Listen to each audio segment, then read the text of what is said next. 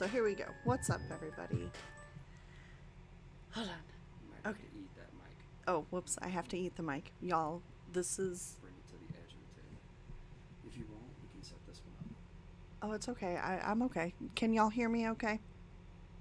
Or I can get closer too. That's fine. What's up from Indiana? In the yellow, or it's going to be low. Okay. What's up, guys? Here we go. Sorry. Just getting used to it. Now I see why you had this thing under here. Okay. This is a one-time thing. I don't know. Landon's got way more gall than me. I know. It was a really good beat, right? Little spooky, little cool. Good combo there. That's what I was going for. What's up, Gabriel? What's up, Ashley? Thank you, guys. Thanks for the feedback. Hey, Jeff. Hey, Timothy. Yeah, for real. Timothy says we got some creepy-ass places here in Ohio. I bet. I would love to hear some of those stories. Close the things that go on. Okay. All right, guys. You're going to have to bear with me as I get used to this stuff because baby territory here. All right, baby territory. All right, what's up? What's up, Dana? What's up from Texas? Hey, let's be real. What's up, David? What's up, Sean? Let's see how this rolls. I know. It's a total trial. I'm eking with nerves right now. It's going to be good. Hello from Portland. What's up? Amy, good evening.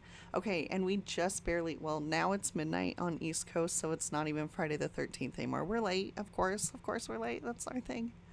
I was really nervous. I don't know if y'all know, but I'm really nervous about this, so here we go. Anyway, so for our spooky shits, Friday the 13th edition, we were toning it down just a little bit, right? We were going to kind of step away from some of the, like, more shadows and ghosts and things like that, but still make it really interesting and kind of creepy because I like a little bit of creepy.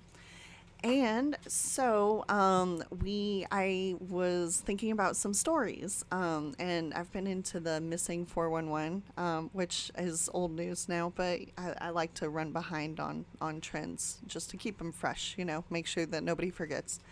What's up from South Carolina? What's up, Shannon?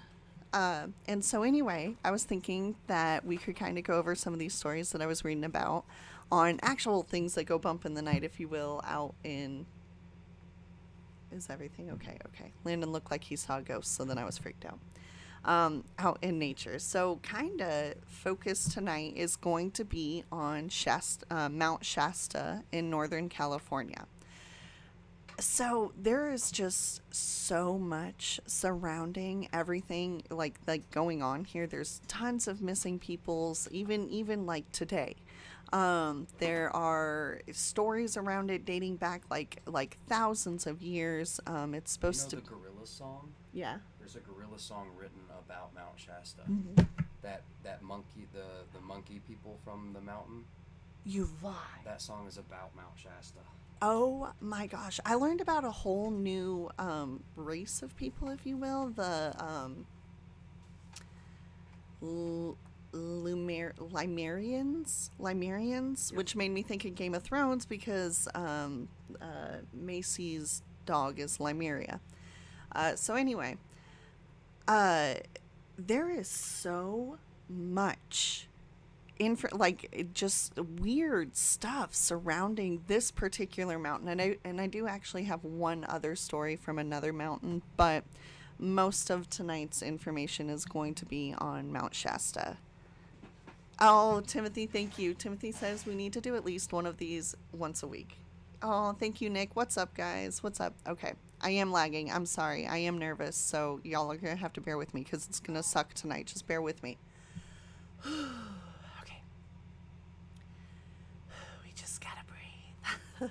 All right.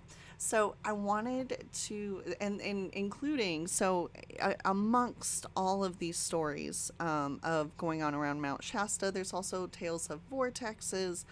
And so really, I don't even know where to start. I guess I'll start with the first story, which is of a 3-year-old little boy that went missing in 2010. So that's just 10 years ago. Okay. Kid's like 13 now. And I'm nervous because I don't feel comfortable on camera, and I'm worried about my words because sometimes they don't make sense. Okay, anyway. So I'm gonna read you this story about this little boy, and then we'll go into some of the history of the mountain, and then we can go do some of the other stories.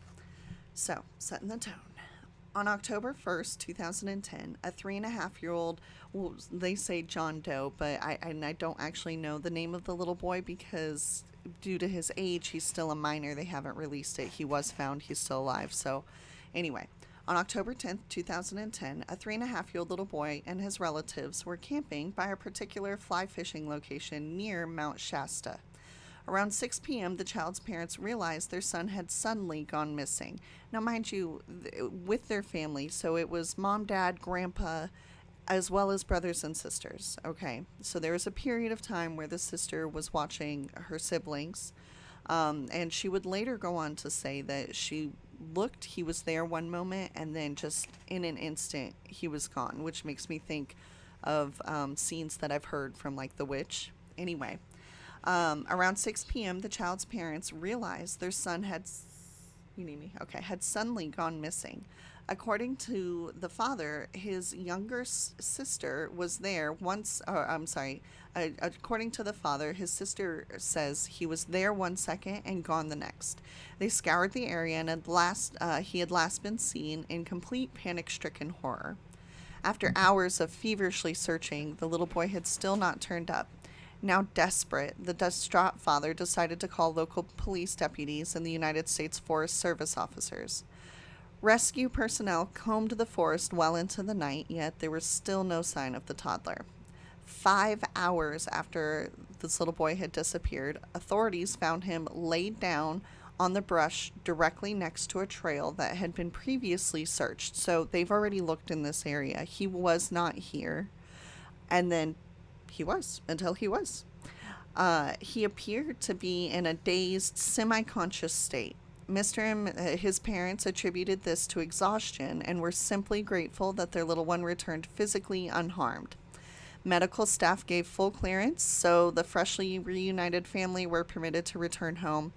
Everyone's lives quickly went back to normal, but a few weeks later, the small boy would share a disturbing tale about his terrifying ordeal.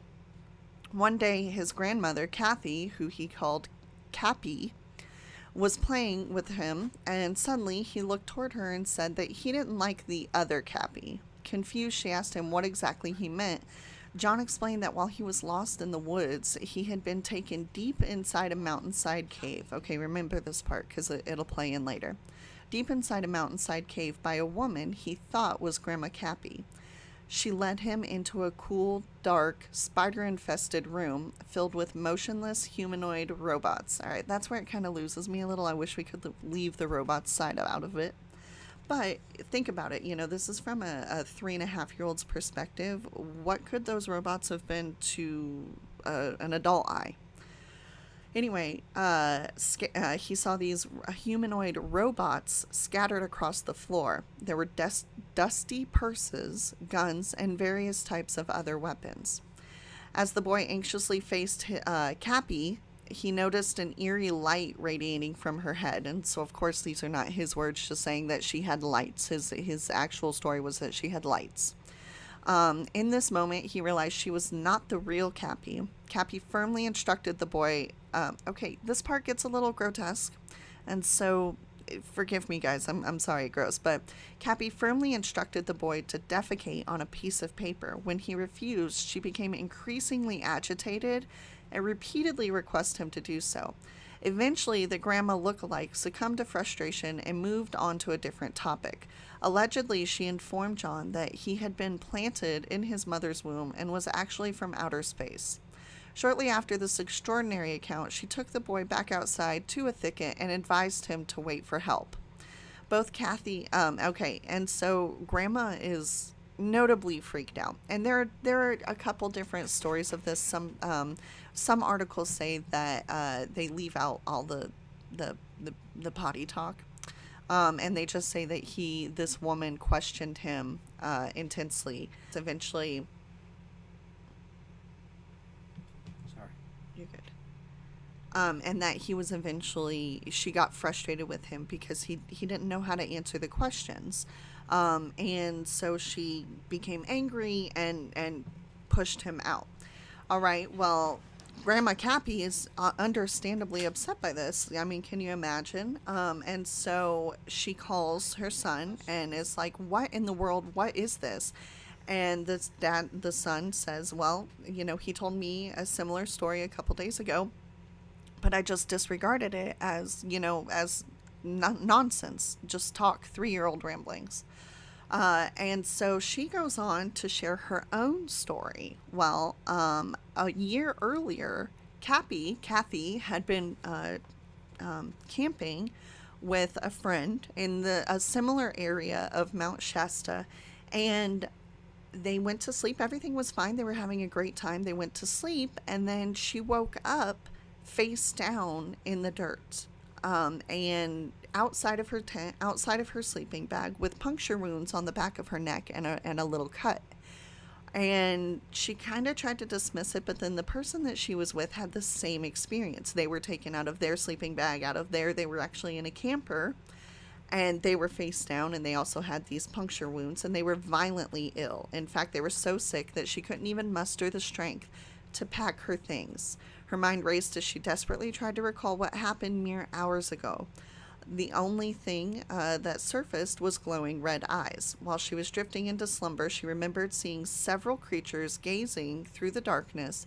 At the time, she assumed they were produced by a herd of deer. Following this traumatizing outing, Kathy felt completely drained of her creativity and emotions for weeks, even months. And so that's interesting to me, because one of the commonalities that we see so often with a lot of these paranormal stories is like draining of energy, whether it be batteries or emotional energy or whatever. I don't know. I thought that was kind of interesting. Yeah, spooky. What? Okay, come on now. So it was, anyway, it was just I thought that was very interesting. So the boy was found. Wonderful. That is wonderful. But now apply that, and that's just one of the missing stories that happen in around Mount Shasta. Apply that with some of these backstories. Okay, so hold on, let's look at. All right, people have mysteriously disappeared around Mount Shasta, California. For whatever reason, people have mysteriously disappeared around Mount Shasta, California. Oh, and damn it, I hate when I reread stuff. Anyway, it's a volcano, southern end of the Cascade Range in Siskiyou County, California. Stands about 3,600 feet above sea level. Volcano is 14,180 feet tall, and is the second largest peak within the Cascade, the 5th tallest in California. All right, so long ago, 3-year-old child went missing. So this is the story we just talked about. Grandmother, yeah. All right. Let's see. Shockingly, several more incidents also happened around Mount Shasta during 2011. Now, this little boy actually went missing in 2010, so this is a typo. But, excuse me, sorry. So in 2011, we did have a couple more incidences that happened. It was the month of September, and a Los Angeles man decided to hike the Pacific Crest Trail. He heard what sounded like, in doing so, he heard what sounded like a woman singing, so think like a siren, if you will. It seemed to be coming from the same direction where Mount Shasta is located, so he was kind of off to the side, and over in that general direction, he hears this woman singing, and so he decides he's going to go check it out. This man was eager to see just who this woman was singing. He wandered off the beaten path of the trail and found himself lost in the woods. He said he was taken away and abducted. He found himself inside of a dark cave without any clothing on. So there we are, the dark cave again, just like the little boy. Inside of the cave was a tall woman with unnatural looking blue eyes. She was wearing clothing that was most unusual as well. The female gave him a gift of knowledge. It was secret information which he declined to share anything about. Y'all, that is tale as old as time. Exchanging for information. Anyway, This man went missing for several weeks. After surviving this encounter, he has since changed his thoughts about who he is. Now he believes he is the incarnation of a Masonic Hindu lowercase god. He even changed his name to Lord, and you can see it here. So, and I looked that up. That is supposed to be the last avatar. So, like, think Airbender, Avatar. And then think about these connections that we're seeing. Okay, we've got a cave.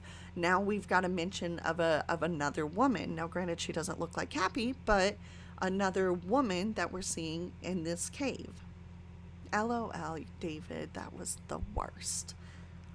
Oh, thank you, Pamela. Yeah, this is my first time, Nick.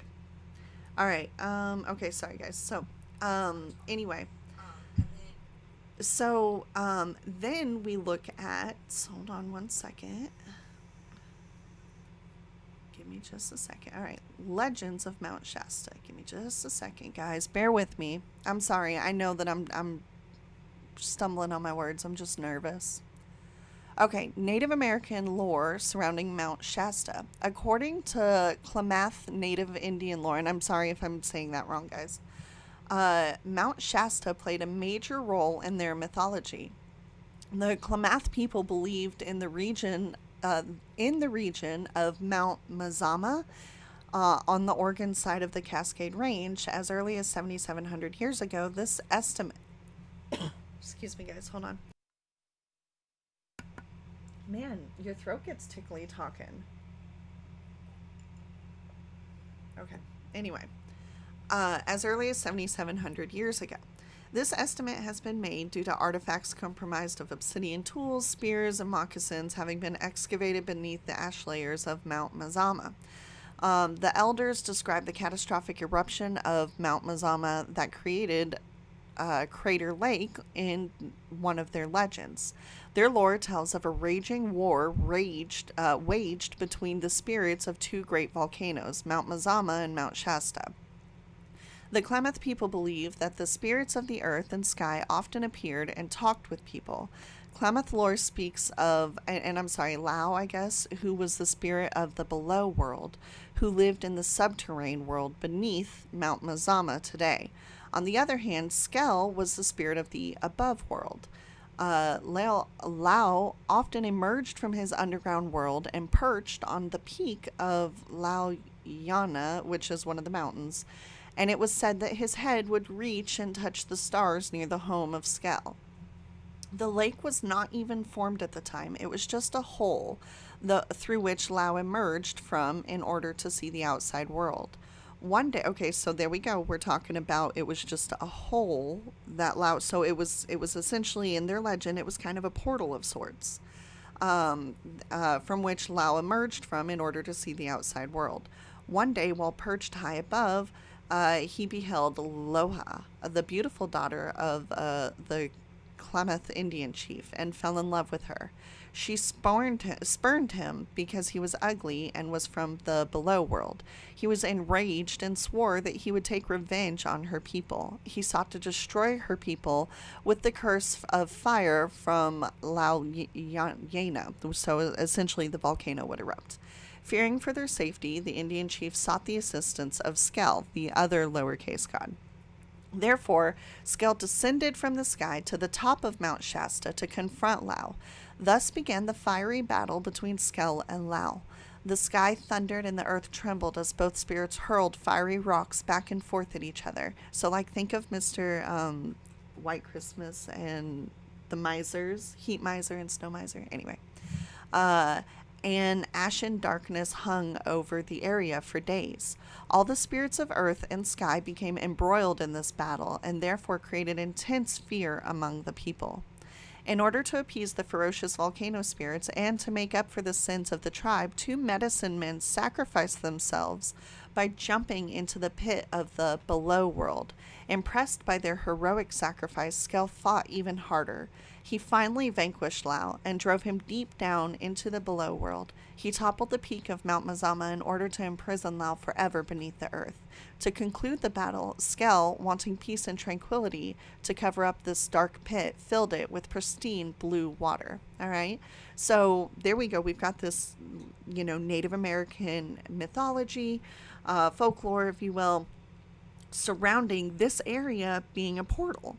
And then we've got the lake around it. So essentially that whole area was the portal, like the volcano and everything. And the volcano itself was supposedly the portal into the below world. Oh, you guys are awesome. All right. And so then, hold on. We've also got some non-native, but there's more native backing too. And my order is all messed up because of my nerves, guys. It was going to be a little bit more smooth, but we're just rolling with it. All right, non-native legends surrounding Mount Shasta. Since the return of the 20th century. Yeah, that's where we're at. Since the turn of the 20th century, Mount Shasta has become the focal point of New Age practitioners from all over the world. This attraction has come about for a variety of reasons, but particularly for the legends of the Lemuria. Yep, words. All right, according to Leland Lovelace in his Lovelace, where do I know that name? Not just Harry Potter. Lovelace was somebody in actual histories. You're thinking of Lovecraft. Ah, okay. According to Leland Lovelace in his book Lost Mines and Hidden Treasures, J.C. Brown was a British prospector employed by the Lord Cowdray Mining Company of London to look for gold in the mountains of Northern California. It was said that he discovered a lost underground city beneath Mount Shasta in 1904. A lost city underneath Mount Shasta. At that time, he discovered a cave which sloped downward for 11 miles. At the end of the tunnel, he found an underground village filled with gold, strange hieroglyphics, shields, and mummies, some being up to 10 feet tall. All right, so giants. Okay, let's talk about giants. And we already know that lowercase g, the underworld guy, he fell in love with the Indian chief's daughter. And so, like, we already know that, so giants anyway. All right. It was said that he discovered a lost underground city. Yep. And mummies and 10 feet tall. It was said that he left everything as it was and he left the cave. The next 30 years of his life are shrouded in mystery. What we do know is that during this time, he had studied literature, philosophy, and in particular, accounts of the lost continent of Mu and the lost civilization of Lemuria. After 30 years, he resurfaced and told his story to John C. Root, who proceeded to gather an exploration team in Stockton, California. It was said that 80 people joined the team, but on the day the team was to set out, Brown did not show up, and he was never heard from again. He was said to have died and been buried in Nevada in 1936. So, as he never disclosed the location of the entrance of the cave, his secret died with him. However, many people today remain convinced that he had actually discovered the entrance into Lemuria, or what is left of it. All right, so here we go. Lemuria, which also Mount Shasta has these strange clouds that are over it. And they've been known for Bigfoot and UFO sightings, which those two, they often go hand in hand, I'm just saying. Lemuria is the name of a hypothetical lost land that sunk beneath the ocean somewhere between the Indian and Pacific Oceans. In 1864, zoologist and biogeographer Philip Sclater first proposed the theory of a lost continent in the article titled The Mammals of Madagascar in the Quarterly Journal of Science. He was writing about lemurs and related primate groups. In the article, he states that he found it puzzling that fossilized remains of lemurs were found in both Madagascar and India, but not in Africa or in the Middle East. He then proposed the theory that Madagascar and India would have once been part of a larger continent that he called Lemuria. He was right on the account, but it was actually the supercontinent Pangaea and not Lemuria. Unfortunately, the modern theory of tectonic plates and continental drift has rendered the theory of Lemuria obsolete by the larger scientific community. According to this theory, this new theory, Madagascar and India were part of the same landmass, which explains their many geological resemblances. However, tectonic plate movements caused India to break away millions of years ago and move to its present location. The supercontinent Pangaea over time broke into smaller subcontinents. Madagascar and India were once part of the supercontinent Gondwana. Anyway, this landmass did not sink beneath the sea, but Madagascar and India did separate. So basically, hold on. What I want to get to, let's see. So this is basically their theory that, it was all one Pangaea and then it broke apart like this. But what I'm wanting, all right, I guess it is going to be in here. Sorry. Submerged into water. Therefore, the surviving Lemurians had remained in the area surrounding Mount Shasta, which has the closest weather to that of the old Lemuria. According to Serve, Lemurians were very much like people today. They even had public schools and medical doctors. They lived in big and airy homes, and they cooked their food over fire or in special sun ovens. They had public swimming pools and bathing pavilions in which both sexes freely mingled, as they had no issue about nudity. Interestingly, they believed in reincarnation and were not afraid of death. Therefore, they did not seek to prolong their lives. It was customary for Lemurians to announce their passing to their loved ones and friends several days ahead of their actual death. Once they had passed on, their bodies were placed on a sacred soil, and a type of lime-like mineral was used to disintegrate the remains without polluting the soil. Lemurians had very advanced technological capability of harnessing the forces of nature. For example, they were able to propel their boats by extracting energy from a single stone. They also had airships that were powered during the same technology. Basically, it's a whole nother Atlantis, okay? And like they kind of have this whole like elven feel to them, all right? But they were supposed to be very tall. They were supposed to, just be kind of this whole Targaryen bloodline type deal. Tall, graceful, slender, with long flowing hair and adorned with white robes and sandals. They looked just like any other ordinary person except for a walnut-sized protrusion on their large foreheads. This protrusion is actually an organ to facilitate extrasensory perception. So they have a third eye, basically. Hence, the Lemurians are psychic and possess powers of telepathy. And it is said that humans, as descendants of Lemurians, do not have this organ. Over time, due to lack of use, the organ disappeared. All right, so hogwash, right? But then you think back about those stories, and so they say that there is tunnels under this mountain for these Lemurians and this town that he found under 11 miles down the slope. And I don't know, all the stories individually kind of sound a little crazy, with the exception of that little boy one, which is creepy.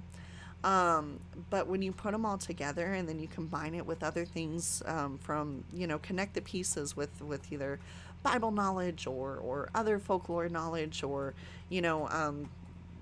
history, if you will, then you can kind of connect the dots and say, well, gee, I wonder what, maybe it's not all this, but I wonder what's going on around there. All right, so we've got this Mount Shasta. Get rid of that. All right, what's a Lemurian, and why do people believe they live in Mount Shasta? Yeah, so we've got the same thing, witness accounts. Oh, yeah, so then we've got, okay, so there have been these witness accounts for them. There have been many accounts of run-ins with Lemurians or other mysterious beings on the Mount Shasta, none of which have been substantiated. The two early witness accounts created the large movement in the belief of Lemuria. In 1904, British prospector J.C. Brown, who we were just reading about, claimed to find an underground city 11 miles deep in the mountain full of gold, shields, and mummies, some of which were 10 feet tall. When he told his stories to others, he disappeared. Okay. In the 1930s, Guy Ballard reported to meet Saint Germain, not clear if he is Lemurian descent, on the mountain, which led to the founding of the I Am movement, which led over 1 million followers in the late 1930s until Ballard's death. The belief in Lemuria and that's interesting too. I was just thinking about that. So this guy goes and has some sort of, he meets somebody on the mountain and then goes off and starts this I am movement. And then the other boy that was there that got, was missing for several weeks, comes out, and now all of a sudden he's Avatar. Um, anyway, just another interesting thing. The belief in Lemuria and Mount Shasta and subsequent witness accounts have been incorporated into numerous occult religions, including I Am Activity, the Summit Lighthouse, Church Universal and Triumphant, and Cryon.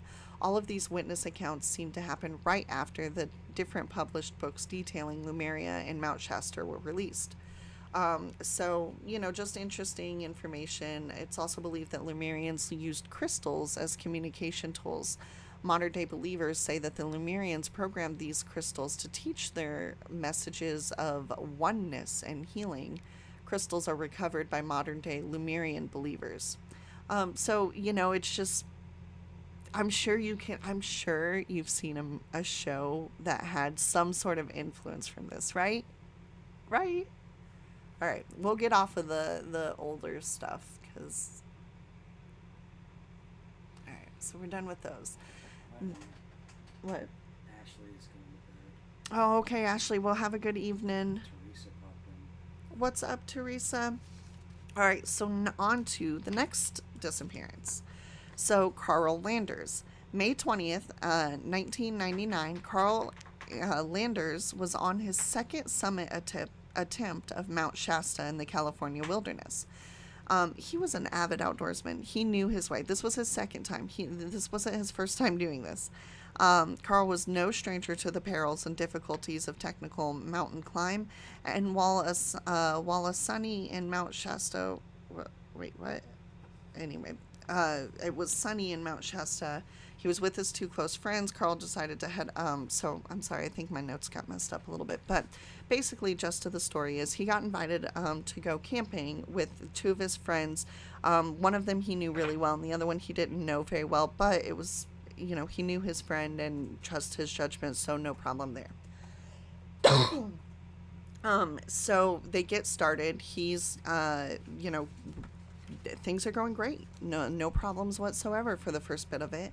And then as they get started, they're not too terribly far from the summit, but far enough that they do need to make camp for the night before they can summit the next day. He says, you know what, he's looking at his map. He just wants to go up ahead just a little bit and see, just what's up over this crest. His friends are like, no, it's late. Temperatures are supposed to drop below freezing. Really, we don't think that this is a good idea. You really need to come back inside. He says, I know, but honestly, I'm just going to go. It's, I'll be right back. No big deal. Don't worry about me. All right. Well, he's advanced. This isn't his first rodeo, and he's an older man, so they're okay, fine, if you say so. All right. Well, a little bit of time passes, and he hasn't returned, and it's now nightfall, and it's cold. And he's out there, and he didn't bring enough equipment with him for the freezing temperatures that were going on outside. So, his tent mate decides to go look for him. He goes up the way just a little bit, yells for him, nothing. And so he goes back to his tent, gets more gear on, alerts the other guy, and they go out looking together. The other guy did have his dog with him because his dog was, I guess, they were very attached. He brought his dog with him hiking. The dog loved it, never had an issue. But on this particular occasion, the dog would not leave the tent, acting as if he was afraid of something. So they go on, they look, nothing. All right. And at this point, a storm is kind of coming in. So they do need to go back in for the night because they too are now falling into risk with these temperatures. So they go back in, try to get some sleep, whatever sleep that they can, and then first thing in the morning they go out and they're looking again. They split up. One of them continues, they continue looking, but then one goes down for help. They do span and do a huge search party. National forces located in California. Anyway, so unfortunately, at the end of it, he was never found. Carl was he was just lost. And the particular thing about it is they've looked everywhere. They've searched everywhere on this mountain. And of course we say that because there's rocks and crevices and things that we don't know about. Obviously they haven't looked everywhere they would find him, but that's just the thing too is, this was a man who knew his way around this mountain. He was taking a new trail, so maybe something happened. Maybe there was a bear or a mountain lion. Perhaps there's a logical explanation, but then how do you explain that this is not the first incident that has been peculiar in this area? In fact, even to this day, 28-year-old Devontae Morgan was last seen on May 5th, 2020. And I know it doesn't say that, but I'm letting you know it is. And was reported missing to Mount Shasta police 2 days later. He has not been seen or heard from since. Now listen. Toward the, a Bay Area man who disappeared from the Siskiyou County city of Mount Shasta is still missing after more than a month, according to the Mount Shasta Police Department. Toward the end of May, the family of 28-year-old Devontae Morgan offered a $25,000 reward for information that would lead them to his location. Morgan was temporarily staying in the town with his girlfriend when he disappeared. According to Mount Shasta police, the girlfriend first made the initial report on May 7th, telling police that she and Morgan had broken up on the night of May 4th following an argument. After staying the night at the Cold Creek Inn, she saw him in passing on the morning of May 5th. She told police that she had not seen him since. Mount Shasta police found surveillance footage that backed up her story, showing Morgan walking through the city on the morning of May 5th, but the investigation has since hit a dead end. Circumstances surrounding his disappearance are highly unusual, and the case is being investigated as suspicious. The agency said that it has followed up on multiple leads and avenues in the investigation in an attempt to track Morgan down. Surveillance footage showed him walking around the town for an hour, but lost sight of him after that. He did not reappear on camera on any cameras over the next 72 hours. Despite multiple searches, there was no sign of Morgan. So anyway, they've had cadaver dogs. I mean, this is still happening, where people are still just disappearing in this area. Let's see here. I wanted to show you. So that little boy, when he was found over in this area, so this is Fowler's campground. And if you back up here, it's not going to show me. Right over here, this is Mount Shasta. So like as the gray areas, as it's getting steeper and steeper. But this is, and they were over on the other side of the mountain, mind you. Okay, so there's no way this kid got here on his own. And we can do, I was hoping it was, right here. This is kind of, so there's a road right here. Like, they could have come, if it was a human, it could have come and maybe dropped him off. But then how did he get all the way over here? Well, there's a road right there. The drop-off maybe could make sense. It could make sense for it being somebody human. But still very rugged terrain, and he was not there when they first found him. Look, this is the officer that found him, the officer and the dog that found him. Found 3-year-old boy who wandered away from his family's campsite. Just interesting. All right, and then, kind of as we're wrapping up, because I'm rambling too much, mysterious hole appeared on Mount Shasta. Each theory behind it tells a different story. So let's listen to this. Support for this podcast comes from the law firm Fenwick, helping technology and life sciences companies thrive at every stage of growth. Online at fenwick.com. From KQED. These days, it seems especially hard to nail down what exactly is the truth. So what do we do when we're presented with something we can't explain? Like a 60-foot deep hole that appeared overnight on California's tallest volcano. Reporter Kat Schucknecht tells us about the mystery of the bizarre hole on Mount Shasta and why a guy who works at an old-school video store might have some answers. Mount Shasta tonight has likely showers of snow. About 10 years ago, the Forest Service was doing a routine patrol on Mount Shasta near the Oregon border when they discovered a giant hole.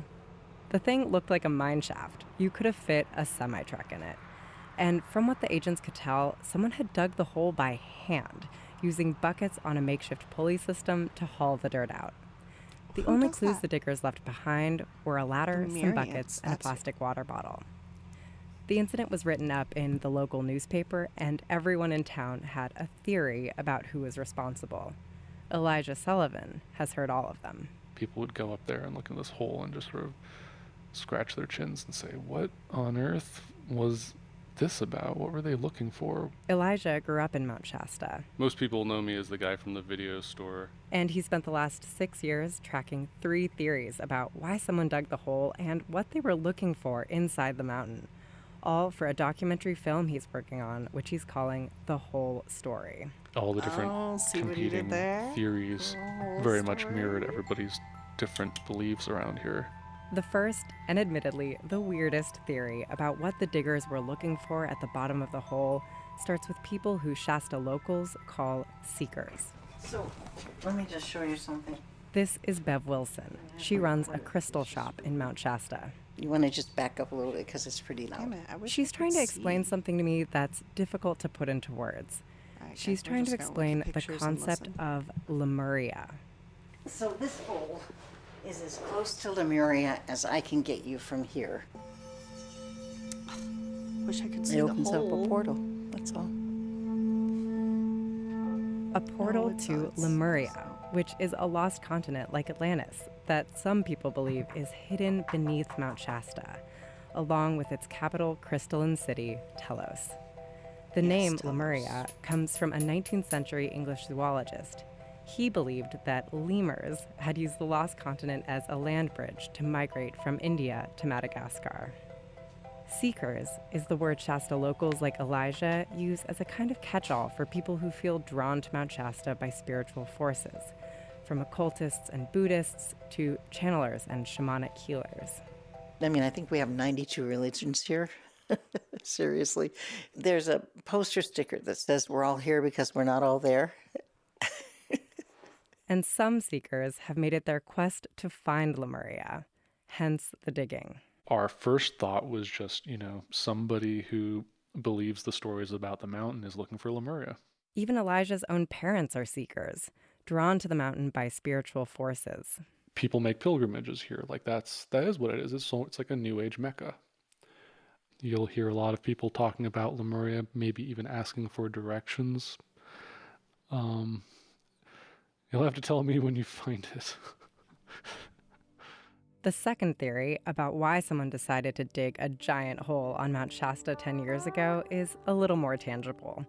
And it gets at a very different part of the area's history. There's actually a pretty long history of Native American artifact looting here. And it makes sense because there's so many tribes have been here over so many centuries. Digging for artifacts like arrowheads or human remains without a permit is a serious crime.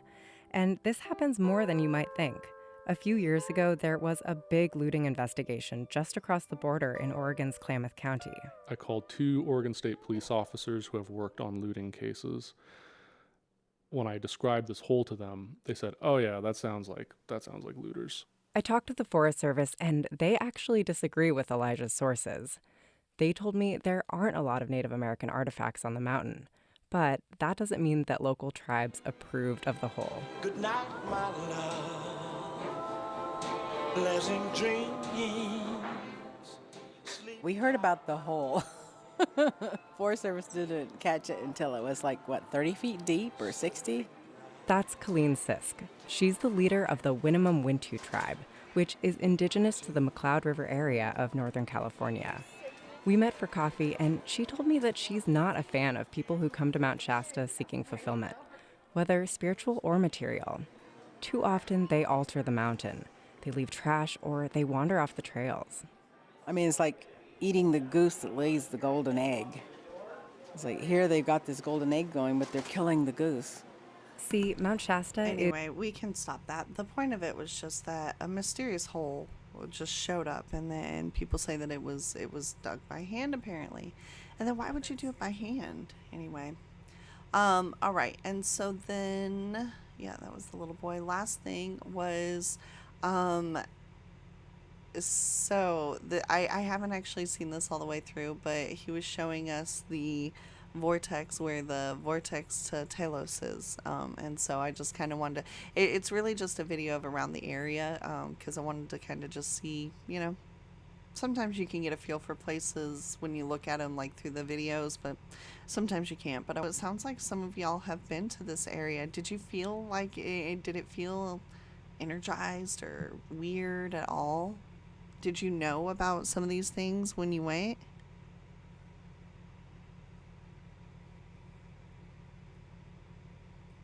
LOL.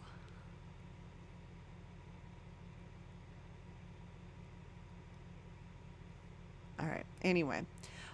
All right, guys. Well, that's about all that I've got for tonight. Unless y'all want to do, I don't know. Let's not do anything. Broken wants to call in. I was gonna say, unless y'all want to do call-ins, we can kind of do a flipperoo. I can leave the camera and Landon can come on and we can make this a regular live stream. This was fun. It caused a lot of anxiety, but I had a really good time, and now I'm gonna go to sleep. All right, y'all. I hope you had fun. I know it was a little rocky. I can do better next time when I write a script for Landon. I think you did amazing. Oh, heck yeah, I've heard of Sky Ranch, Pamela.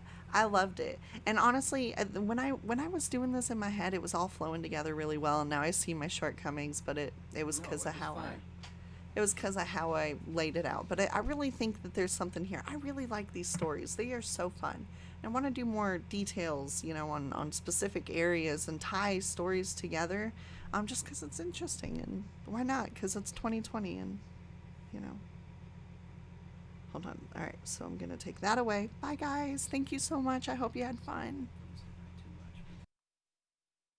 Oh yeah. Okay. Well, Landon's coming. It's just me that's going off of the screen, and then Landon's gonna come on. Be right back.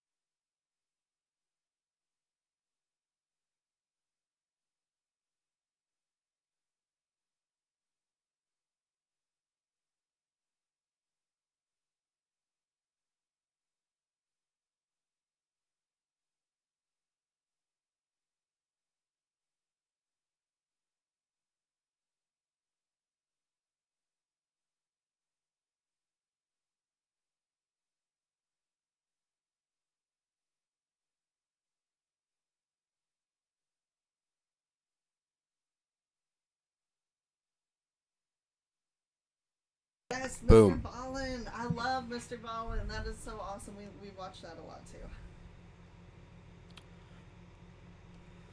Oh, yes, we do. Mr. Ballin is pretty cool. Okay.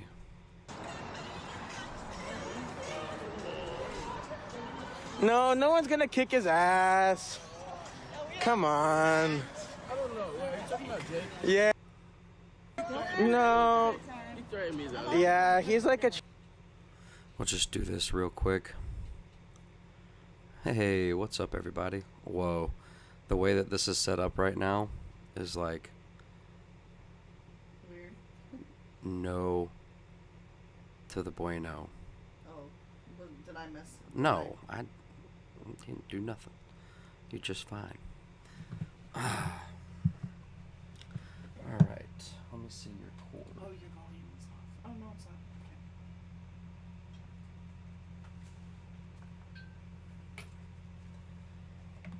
Okay.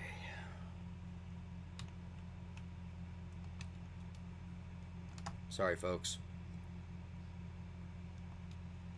Okay. Tiff, you ought to be plugged in. What's up, everybody? Good to go. I need to scoot that, not that way. I need to scoot this way. Wow. We are really throwing off tonight. Oh, I see what's going on. Okay. Yeah, you moved the thing for me. Okay. Let's just do that. We'll listen to this. We can keep hanging out. They're pissed. Oh.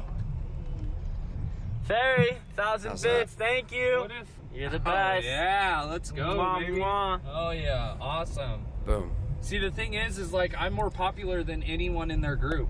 So all they can't even. They came here with a mission. They just gathered up in the park. They got themselves a mission and an itinerary, a route, Now, just hang like on a a real second. military.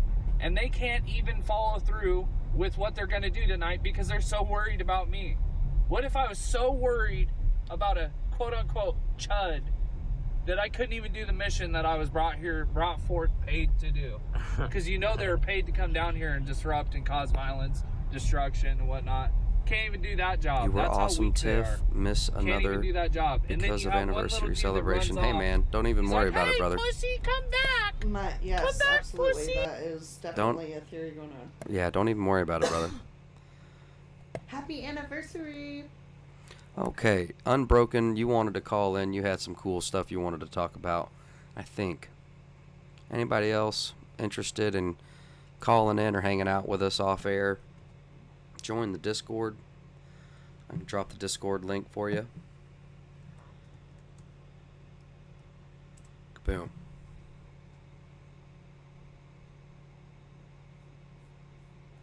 Chad said you did very well. You Thank survived. What do you mean unbroken?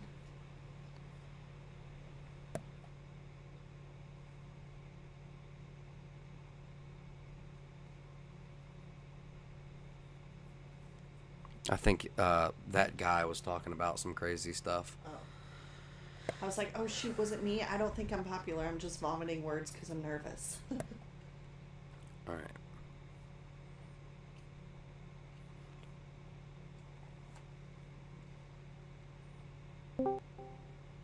Hey, Chad. Nope. All right. We are in the Discord. Hey, man. No mic. It's not set up. Uh-oh.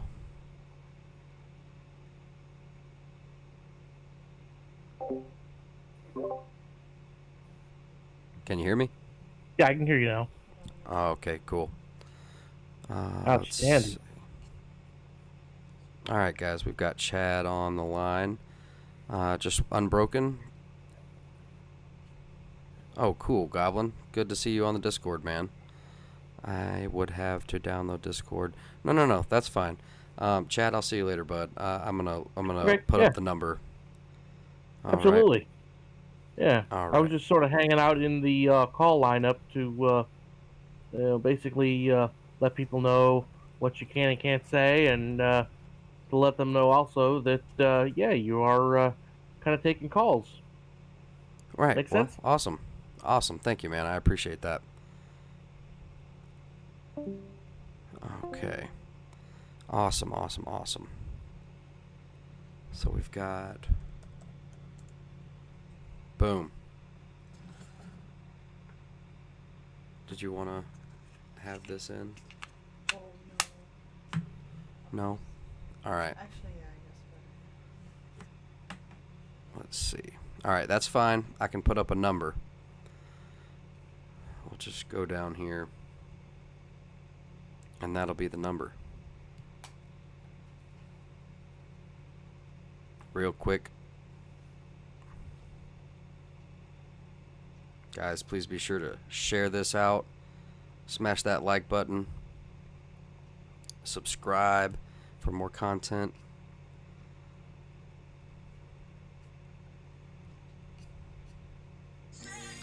If you need that number, let me know. Unbroken.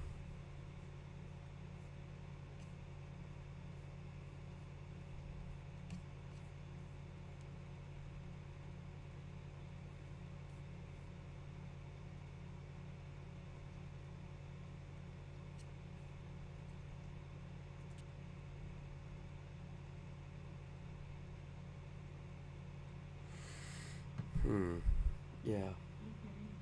Do you see my phone? Go to Instagram.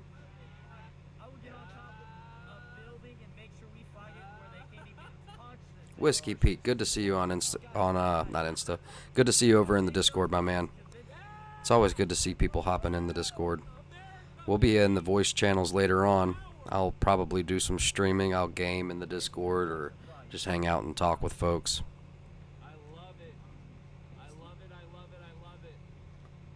Shoot me a message, Unbroken. More money to us to defeat Antifa and BLM. More money, all the money. They're going down, baby. That's all they see is they just see money coming in. They're just like, oh my God, they really hate us that much now. Yeah. All these people that were watching you that never. That number needs to go to Unbroken if he shoots a DM. That's because they were looking for people like me to come out and protect the city. They don't give a fuck about you. Patriot Trev, bro. If you got a vest for me, yeah, we'll take it. Yes, We'll take please, it. please, Yep, please, we'll please. take it. Just DM, PM, whatever, Jake. Hit us with it, please, bro. Pretty soon they're gonna have guys sitting on the corner waiting for us to roll through. Yeah, look, they already have one that's sitting there. Yeah, look at this guy.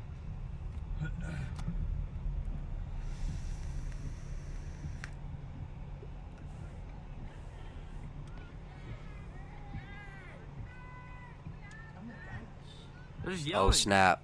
Y'all, I think we just share this out. This dude just drove up to a bunch of Antifa. No, I seen you in the middle of the park the other day run towards me. You did not have good intentions, sir. I seen you when I rolled through the other day. You do not have good intentions. No, I'm not stopping to talk to you. No, I seen your intentions the other day. Super Blood Wolf Moon, what's you up? think I'm stupid, but that's the thing is I'm in the car. I'm in the car. That's the smart thing. You will continue to get watched so long as you... Come join us. Come join us. Jake. Come on, dude. Hey, it's just me now. Just come talk to me. Single day I'll be down here. Get ready. Get ready. Yeah, and call my name out, baby boy. Come here. Call my name out, baby boy. Oh, yeah. Okay, so we're seeing 2 views of this. We're seeing one. Yeah, this is multiple views in Portland. Just come here and Yeah. hang out with us. Come here. Jake. Jakey, come on. I love it. I love it. Baby, come back. These people act like I'm scared of them. Bro. You come to my house, dox me again and come to my house and see what happens. Dox me again and come to my house. What? I'm just chasing after Jake. It's kind of what I do now. Go for it, lady. What's that? Go for it. Go for it. He's not gonna hurt me. Hit it. You can't hurt me. I'm an immovable object. He was like, I swear I seen you in the middle of the park the other day. I was like, yeah, that was See, me. so the guy that was running up, semi- Come to the Antifa side. We have soup. Up. Exactly. So when I went down there because they were intimidating Patriots on Thursday, and I drove down, and before I could get down there, the cops told them. Oh, Erica, what'd you say? I'm gonna scroll back up. When I drove down there, what'd you say, Erica? What'd you say? CPS says they doxed this guy. With the mic out top. Or out the window because I already had it set Behind Cab says behind enemy lines is a beast. In the middle of the park, bro. Down there out in front of the Justice Center, he's like, "Hey, motherfucker, get over here!" And I'm like, "Later." I'm not hanging around to see what you got to say. He was full like sprint, dog. I'm like, nah, we ain't playing that game.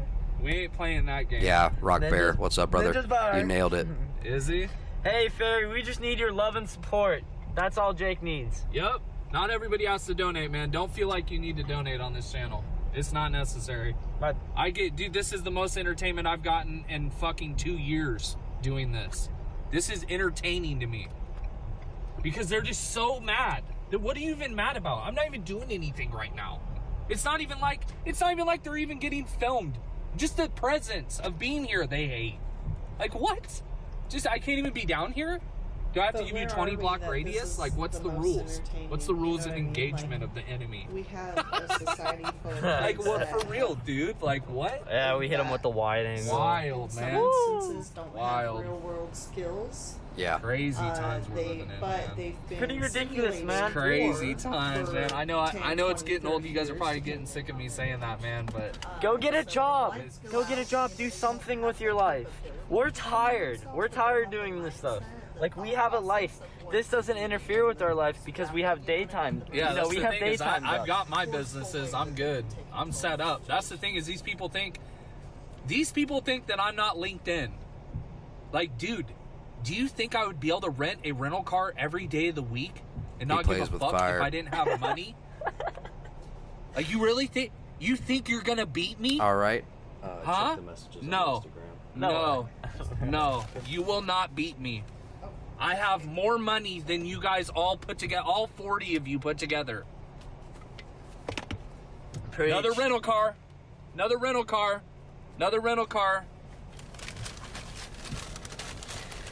Just wait till we build that car, bro. Just wait, dude. Patriot all over it. It's just gonna be red, white, and blue. Just fucking flag on flag on flag. I'm just gonna have you get a bunch of flag decals. We're just gonna paint it in flag decals. Hopefully, We're I'll be doing able to it. Kentucky We're doing soon. Run it. Hey, Kentucky's a good place to be. So, yeah, that's what was going on. This girl tried to threaten all of us. She tried to scare us. Yeshua Messiah. So she comes up and she pulls out stairs from like a mile Thank away. you. Like she thinks we're all there like running by and everyone just started yelling and laughing and screaming. It was so funny. I heard the yelling. Yeah, it was because she did that. Yeah, And she guys, came be up sure and, you like, like and subscribe. Ring that bell for notifications. Follow the Facebook page. We will be going live covering DC and all the craziness. That'd be crazy. Dude is like the Alex Jones of Portland. For real. They're gonna be like, Alex Jones is here. Everybody get ready. We're just gonna have like. Hey, Unbroken, what's up, brother? Hey, how are you? How's it going, man? Good. Is the connection okay? Yeah, sounds okay. Sounds good.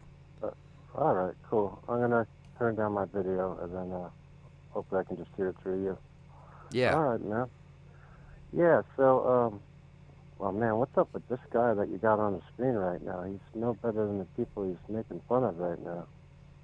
That's exactly what I was thinking. Right. I was just gonna say that, you know, if they actually would have caught him or gotten a hold of him, I get that he's trying to make a point on one side, but on another side, he's breaking all of the stupid rules. Don't be at stupid places at stupid times with stupid people. It's a good way to avoid getting shot. And this guy just rolls up on a group of Antifa protesting at a federal building and to antagonize them. Well, this is Portland, so I don't know if it's midnight yet. Still, clearly he's barking up the tree to piss them off. He's blowing up their skirts, you know what I mean, to upset them and rile them up. So if he didn't want to get doxxed or nobody to come to his house again, he shouldn't have given them a reason. And now he's gone and Sorry, go ahead. Yeah, I mean, I just real quick about that. Like, I'll tell you what happened in New York this week. Like, last week I was at Washington Square Park, which is, like, pretty well-known park. The second day after the Biden celebration. And, like, I went down there to photograph. It was probably about 9. So Washington Park has probably got about 1,000 people in it at this point. And because of what happened, like, they just let, like, open container go, weed smoking go, you know, amplified sound. People were dancing, jumping. So, you know, midnight comes along, and 30 cops show up and say, hey, the signs are here, park's closed at 12, and everyone's giving them a hard time. And I did see, like, a couple of people get arrested. They just kind of got grabbed. And then people, you know, but at this point, it's like 20 after 12. You've been warned for 20 minutes. You have been allowed to drink beer outside, smoke weed, play loud music for 6 or 7 hours straight. All they're doing now is telling you, it's 12 o'clock, can you take off? And, you know, some incidents happen, and it's like, guys, you know, like, meet in the middle somewhere, you know? Yeah. Very strange. Nobody wants to meet in that middle spot. That's the tough spot, you know? And that's exactly what we need, and that's exactly what the media has been basically. I mean, they've become Now, look, I don't want to use provocative language here, but like the media has all but weaponized us against each other. Okay, now I know that sounds really provocative, and I'm not trying to be fear-mongering, but I think that we've got a media-manufactured civil conflict. Yeah, without a doubt. I mean, there's a great interview with a guy named Eric Weinstein. I don't know if you know about the Weinstein brothers.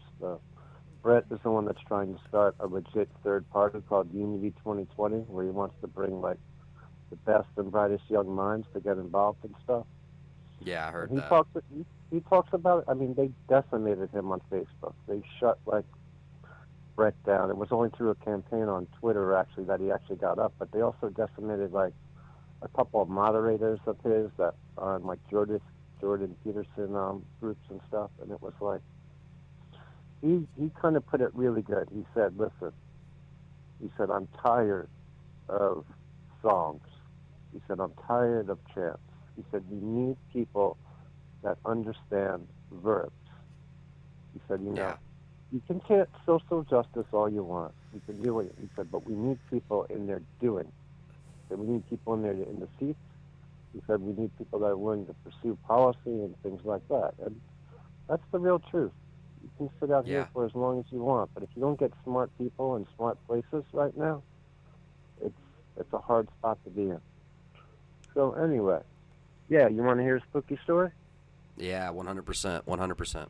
All right. I'll try not to make it too long. So it starts with me being about 18. I get a call from my friend Clay at about 10 o'clock at night. He says, and it's wintertime. It's like January. He says, "Listen," he says, "can you come over because I'm kind of freaking out because I'm not really sure what I saw." So I said, "Okay." So he lives in like a kind of like a, apartment kind of, what do you call it? Where there's a lot. Like a development, Yeah. They're like condos or townhouses. He takes me over behind the condos and townhouses. There's a lot of woods and mountains. He said, "What do you see?" I said, "Nothing." He said, "Really?" I said, "Yeah." About 5 minutes passes by. Suddenly I start seeing floating orbs, like around the bushes. Small, very floating orbs. And I don't know if it's kind of like that mass hysteria where like you kind of get suggested and you kind of start seeing it. So I was like, okay. I think that is some made-up psychological bull crap to explain these sightings away. When multiple people see the same thing, I get that there's was it mass hysteria, mass hallucination, something along those lines. Yeah. I don't know, man. I don't know. I wouldn't be so quick to explain away something both you and your buddy definitely saw. Right. Well, here's the interesting thing. So we decided 2 days later that we're going to pick up 5 or 6 friends. We're going to bring them to the spot, like we're out just to drink and chill. And we're going to see if they figure out anything or they start seeing things. So we bring like 5 or 6 friends, and we get there, and we're hanging out. And suddenly, multiple people start seeing multiple things. And no one was even drinking or smoking weed. Everyone was like sober. And I mean, the one girl actually started tearing because she was like, "I don't know what I'm seeing, and I'm getting a weird vibe from all this." So we start seeing all these orbs and stuff. Now, me and my friend Clay are about 10 feet apart from each other. We see this almost like dark, very huge figure, 8 or 10 feet tall. Definitely a shadow that's standing out from everything else. We're not touching each other. We're like I said, 6 to 8 feet. Me and him are like, "Screw this." We're like, let's walk up to it. We both try to walk up, and at the same time, we both get like this big kind of push on our chest, and we both kind of get pushed back like 3 feet. And we're like, okay, we'll not mess around with that anymore. Nope. It's totally crazy. But like I said, we're separate. It's not like a hand is onto our shoulder. We're like, we can suggest any kind of movement. And the other people saw that. Like, we both got pushed back at the same time. So a week goes by.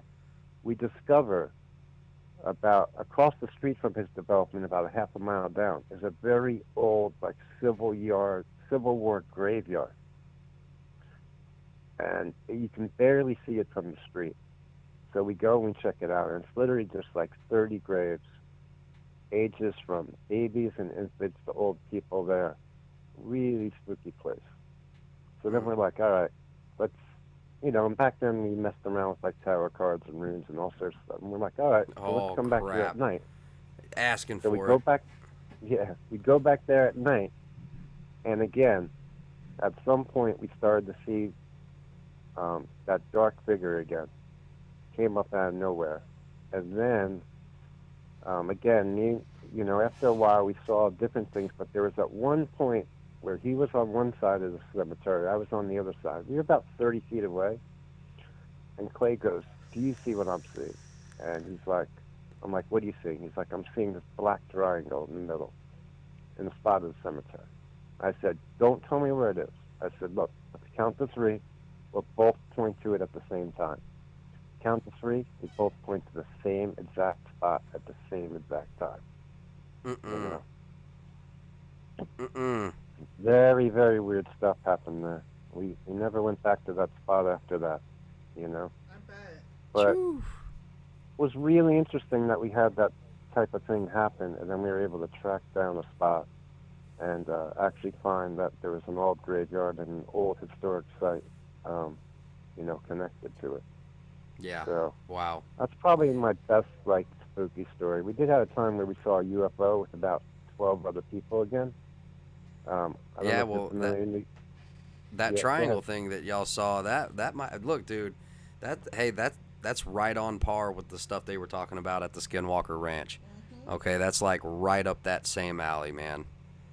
I mean, it was small. It couldn't have been more than 3 or 4 feet in diameter, Wow. But I remember it like yesterday. We did have another incident at a football field, like I said, where we saw a very large UFO thing coming over us. Again, everybody's sober. The age range is 12 to 20. Neighbors went really slow. Now, we are by West Point Military Academy. Well, not the military academy, but we are by a training ground that's maybe 6 miles away. So we thought about that. But my friend's mother also works the police blotter, and she came back and told us that they got 200 calls about it. And then my other friend, Steven, he said his mother was on Route 6, which is kind of a mountain pass that goes through. They said that they saw it that night too, that it stopped traffic, and they said that when it passed, within 2 minutes later, helicopters from West Point actually came over with spotlights trying to look for it. So that was my first UFO sighting that definitely, Yeah. without a doubt. So enjoy those 2 stories for tonight. I'll let someone else get on the line. But well, I appreciate you calling in, brother. Yeah, nice to connect with you, man. I shared a lot of your stuff on Instagram all the time. I always try to share a screenshot, get people interested. All right? Dude, you rock. Thank you so much, man. All right. You guys stay well. Stay healthy. Good talking to you, brother. Talk to you soon. All right. Awesome. Awesome. That was awesome. That was so cool. I appreciate you calling in, brother. That was awesome. Yeah, so that kind of stuff with the orbs and the triangles, that's right up, that just everything reminded me of all the stories that I heard about Skinwalker Ranch. There's something to these deadgum triangles. There's something to a lot of it. The dark triangles. I'm sorry, go ahead. Well, that's why it's interesting to me is that there are commonalities. There are outlier situations too, but there are stories that have a commonality throughout the world in times that it wouldn't have been possible for it to get where, and so I find it interesting,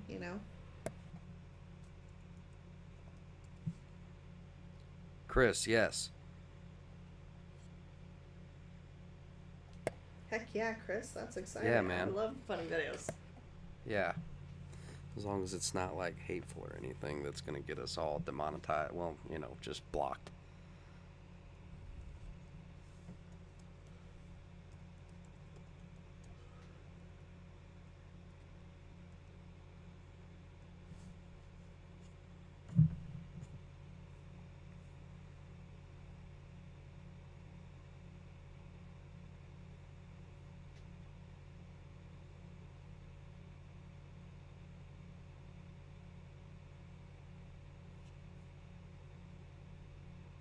Sorry, guys. I was messing with some stuff. Thanks, man. Hope everybody else enjoyed the stories. I got a few more we can share another time. That would be awesome. Yes. Perfect. Rock Bear says they will strike it. They will strike what? Oh, the video. Oh, you think they'll... well, yeah, that's a possibility.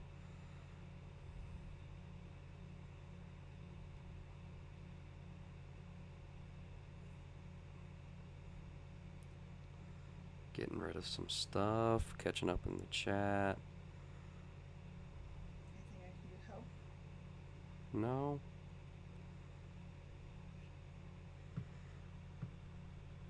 Mount Shasta.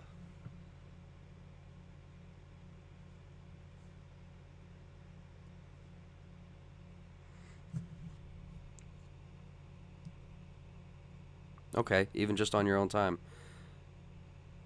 Yeah, more stories like that indeed, Cab. Hopefully we'll get some more people to join in next time. It'll be fun to hear more stories from more folks, or if you know anybody that has a story like that, or if you have a story like that, let me know in the comments. Maybe we would do better if I prep them and you read the stories. Mm-mm. Yeah. Yes, Rock Bear, I saw those pics. Man, that was rad. That was so rad.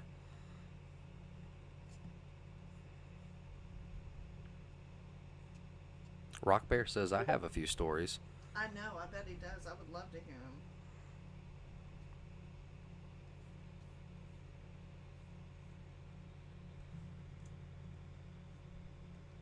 Rock Bear Angel. Sorry. Force a habit. Some habits aren't good.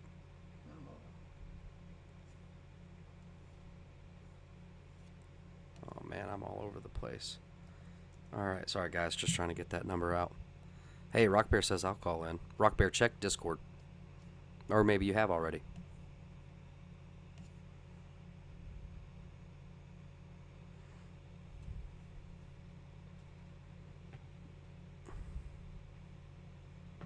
Oh, by the way, if anybody is really interested, I own an original 1929 edition of the Freemason Service for the Dead. Okay, could read some excerpts from that. I don't know if I necessarily... We should definitely... You should call in and let's talk about some stuff. That would be something, my man. I want to hear about it. I don't know if I want Yeah. to read directly from it. Yeah, I totally want to hear about it. I'm not sure if I want to read from it. Hey, Who Let the Bulls Out says, Tiff, you rocked it earlier. Brofist, Who Let the Bulls Out. Honestly, that makes me feel so good because I was nervous. Was on audio only for a bit there. Well, I apologize. Boom, boom. Call from Rock Bear. Rock Bear. Hey, my man. Hey, What's hey. up? You're live. Hey, brother. All right. So you want spooky stories? I've got one for you. Actually, I have a bunch, but I've got one. I got one that'll kind of fit with the Shasta and the mountains. I spent some time in Colorado, and Colorado has some weird ley lines and places of power is what we used to call them, where they were pretty spooky. One day we were sitting here, and me and my buddy, being juvenile delinquents that we are, we sit here and we were out in the middle of the night in this old field. And have you ever seen ball lightning? Ball lightning? Giant clouds of ball lightning. No. Maybe. Anyhow, there's this, it's a weather phenomenon where the lightning and the cloud move down to the ground and they roll across the earth. Oh no, Cab says, no more Shasta stories. I go up there to fish alone. LOL. Well, this is Colorado, so you're okay. But so we're out there and we're just screwing around, and this storm appears out of nowhere. There's no clouds, and it's a clear night, and the ground and lightning starts to move, and it moves in a ball formation. Whoa. So because we don't understand what it is at the time, we run. And we end up at this weird old, legend has it type of shack. Everybody avoided it because it had a bad history in the area that I grew up in, or that I was in. And oh boy. So we run into the shack to avoid the storm. And inside of this shack, like we had passed this shack before, and we always get creepy vibes. You ever had the feeling where your entire body is electrified and somebody is running their fingers over your skin? Yeah. I haven't personally had that feeling, but I think I can understand. All right, so it feels like your body is covered in static electricity, and somebody is gently stroking your skin. It's a really weird feeling. So we get it. So we run in there because we don't have any other choice to avoid the storm. And inside, every one of the walls is written in a weird language that we don't understand, and pentagrams, and oh no, all of this. The walls are painted red or black, and they all have writing on them. And my buddy is tripping out, and he sits here to go, we have no idea what to make about this, but we know that we can't go outside, so we're trapped inside of the shack till the storm passes. And you can feel the weight and oppression in that room. I mean, I'd rather bear the storm. So the storm rolls over this shack and stops. And this is where I get to tell the creepy stories about the ball lightning. You've heard stories about balls of lightning that have come inside and circled around metal bed frames. Has done They're what? They're like little spears of energy, little balls of energy that are lightning bolts in a round form, and they would grab anything that was metal and they would just energize it. It's really trippy. So it happens in this shack, and we're absolutely terrified because we're in this room where everything is written in this evil satanic language. We're totally my buddy is freaking out about the storm, but me, I can feel the power in that room. And that is where we found what my friend would later call the Ouija board of doom. So there's a Ouija board in there. And we're trapped in this thing, and I'm like, hey, I know, let's play with the Ouija board. Never played with the Ouija board.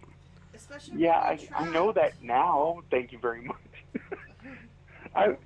I'm at the time I'm 16 years old. I think I'm invincible, right? Nothing's gonna take me down. So we sit here and we're playing with the Ouija board. My friend is absolutely freaking out, and it starts to move on its own.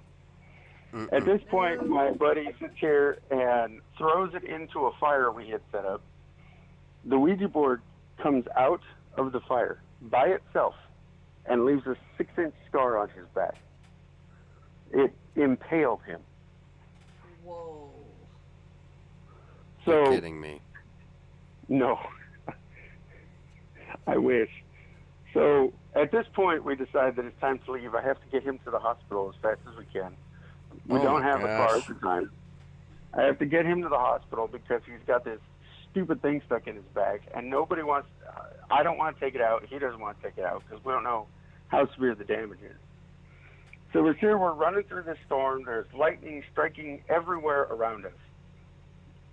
The only time I've ever seen lightning this intense is when we were on a fishing boat and we got stuck in a lightning storm, where the lightning just came down everywhere around the boat. And so we're sitting here, we're running as fast as we can. We sit here, we get all the way to his house to pick up the car. We sit here, we drive him to the emergency room. They sit here and they take it out. They don't ask any questions at all until we're leaving. And one of the nurses comes up and goes, "You were at such and such an address, weren't you?" And we said, "Yes." She goes, "Don't ever go there again." That was the only warning we were ever given. Now, come to find out later that this house was used by a cult in that area. And the shack is next to a mountain formation known as the Devil's Backbone. And a bunch of Why years is ago... everything Devil's Tower and like Devil's Backbone and Devil's Hole and Mount like... Shasta is also called the Devil's Abode. Oh, gosh. So my buddy would never go into the woods with me ever again. So, but he's the same guy who decided that when he grew up he wanted to be a ghost hunter. So he's the one who I would go out with and we would hunt ghosts. And hey, Cab 4200 just became a member. Brofist, welcome to the Cool Cats. Sweet. So he became, but from that point on, they were always attracted to him. Like part of well, it's because they got some of his blood. Yeah, the wound. He still has the scar to this day. Now he likes to tell it as a story, that didn't happen. And it's a great fairy tale, but he does it because it absolutely terrifies him to know that when he put that board in the fire, it came out on its own. And it wasn't affected by the fire at all. Oh, no. Oh, no. So he got that scar, and I ended up for several months with claw marks on my shoulders. I would wake up for me, just a every country night. boy, lol. Okay. Wow. I would wake up every night, and there would be claw marks or bruises in the shapes of fingers on my shoulders. In Jesus' name. That's all I got to say about that. I always tell people that, for the years that I practiced witchcraft, when I finally became a Christian, people always ask me, how do you put your faith in God? I said, I really hate to tell you this, but I knew who the devil was before I knew who God was. I knew demons.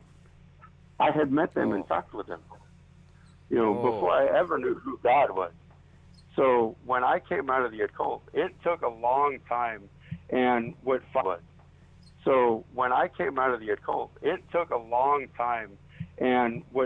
got me out of the occult, even before I became a Christian, but what told me that I needed to stop was my oldest son.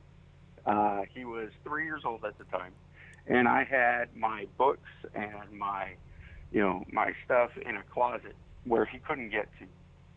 And he was taking a bath, and he was talking to someone. So I went to go see who he was talking to, and there was no one there. And I asked him, I said, okay, it's his imaginary friend. Kids have them, I get it. What's the name of your imaginary friend? And when he told me one of the names of the demons from the books that I had written in, I knew that it was at that moment I needed to walk away. Because it was no longer just me messing with it. They were messing with my kids. So I was done at that point.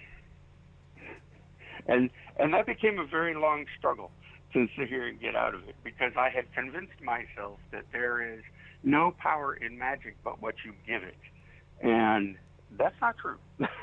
It has its own powers. But I have a theory. You want to hear it? Yeah. Okay. Supernatural events and UFOs. Do you find that suspicious that the government has started to admit to UFOs and extraterrestrial suspicious things? I don't know if I find it suspicious. I'm like, well, it makes sense that they're doing it now.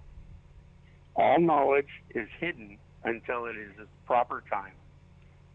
What if you look into that everything is connected, that a lot of the circumstances behind supernatural and UFO have certain points that touch, right? They all have certain commonalities within them. So here's my theory. What if the government is announcing that UFOs and supernatural things that are happening are more accepted now because the time of the rapture is coming? And if they can say that UFOs are real and these people need to sit here and get taken to cleanse the earth, that's not how they explain it. There's a movie that talks about it. It's kind Childhood's of like that. End. Childhood's End. It's a sci-fi miniseries. Everybody needs to go check that out. Some serious predictive programming in Childhood's End. Also look into a movie called Unidentified. The movie is based on a premise that matches my theory really well. And I had the theory before I saw the movie, so it was really neat to see what I thought come, to fruition, in the movie. And what it basically is that it notices that alien abductions and alien sightings all have certain characteristics that are shared. Certain smells and sounds and warnings are given to those people. This is how you need to change. This is what needs to happen. And if you look into the lives of people that were abducted, they found out that they all had some sort of occult ties, or someone in their family had occult ties, and that they were open to those possibilities. It's the programming that the devil puts into place, or whatever dark entity you want to say it is, right? But that the end is coming, and they recognize certain smells and stuff that are the same through all of them, and they put them together. And the theory is that they're preparing the world to accept these things, so that if 20 million people, 100 million people disappear, they've been warned. Yeah. The UFOs, they were coming to take you. So then you can wish it away. Because if you think about it, when the Bible talks about, all of these things that happen during Revelations, why don't people turn to God en masse? And it's because they've been programmed to believe that these things are natural, or they were supposed to happen, or the aliens came and did it, or stuff like that. So it changes them, their mentality and their thought process. It's kind of like how words have changed meaning over time. The G word has went from being happy to be a derogatory term. How the name for cigarettes in Britain has become a derogatory term, that kind of stuff. How, we have changed what racism means. We have changed what all of these words mean. We're being programmed to accept that freedom and patriots are white supremacists. What is good is now evil, and what is evil is now good. That's right. We're being reprogrammed slowly through our media, through entertainment, through Hollywood, which I think is funny that they picked Hollywood for the name of. Hollywood is a rod, a rod that is used to put people to sleep. A Hollywood staff to put people to sleep, to put them in an trance. Same thing with sports. If you find, and entertainment, as you derive those words from their base meanings, they all mean to ensnare or entrap, to lure to sleep. These or distraction. About that, because we live in a society where entertainment is important, where we live in a society where we need distractions. Everything goes at 100 miles an hour. We'll take any distraction that we can because we don't know how to rest. Yeah. Right, man. So you're right. 100%.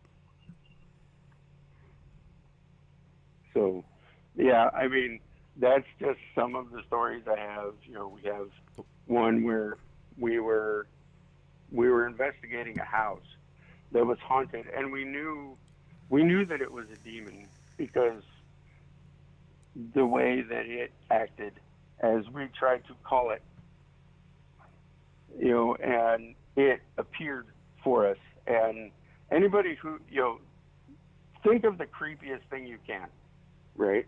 Just think of the creepiest, most vilest, evil thing you can. Now magnify that by 1,000, because that's how terrifying this thing was.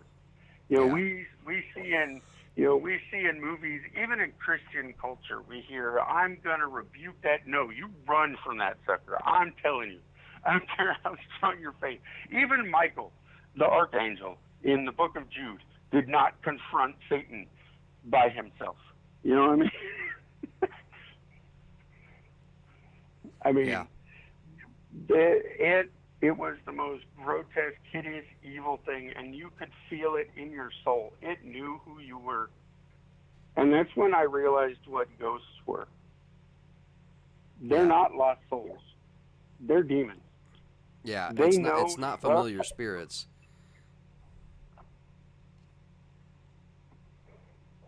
Yeah, they're demons. They know everything. And it's not because they're omnipotent, it's because they're old. And they've been around, and they have eyes and ears, and they exist everywhere.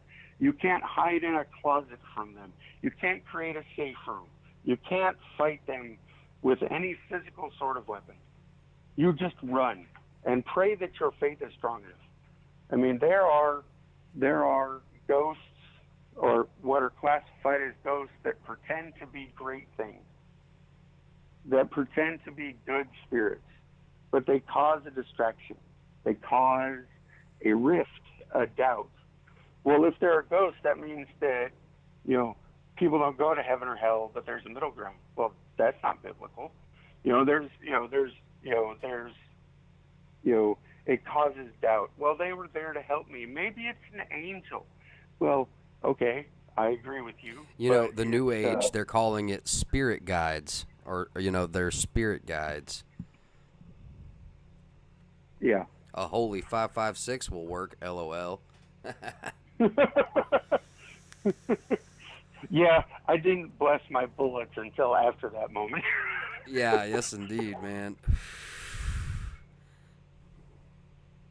But there's crazy stuff in this world if you are only willing to put aside what you believe reality to be.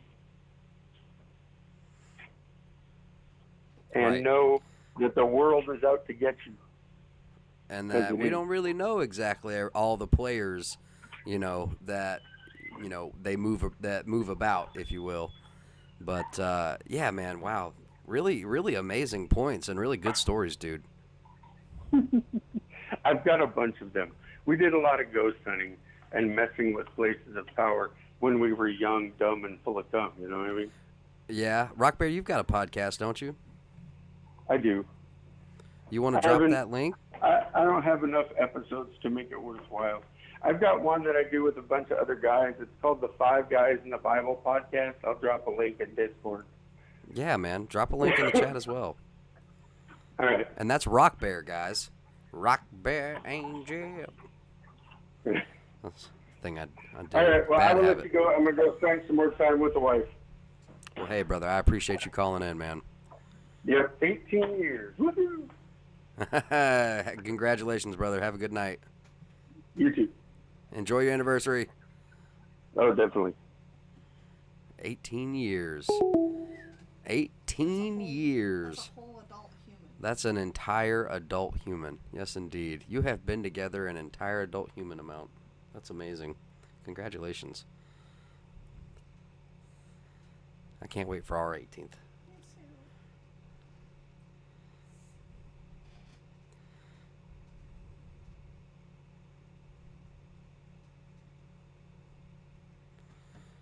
All right. Well, folks, I don't know. I don't want to end the stream too abruptly. It looks like we got some drama going on in Portland. They've been talking to Behind Enemy Lines for quite some time now. Do you know that Martin Luther King was mostly peaceful though? And he actually got a lot done. This is, by the way, this is what I meant by veterans who serve and come back and become liberals. This is what I meant by that. By the way, this is an exact proof of it. Okay? He didn't get what he wanted there.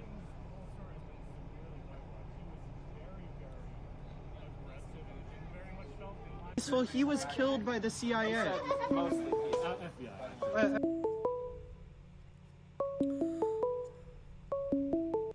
Call from. Hey, hello, who we got here? Oh, this is Goblin Smith. Hey, Goblin, what's up, man? Good to hear from you. Not much. I figured I'd tell you guys a quick little scary story if you're interested. Ooh. All right, so about 20 plus years ago, my cousin and I, we went to San Antonio, hung out there for about 3 or 4 days. Everyone knows I was really into like paranormal stuff and all that.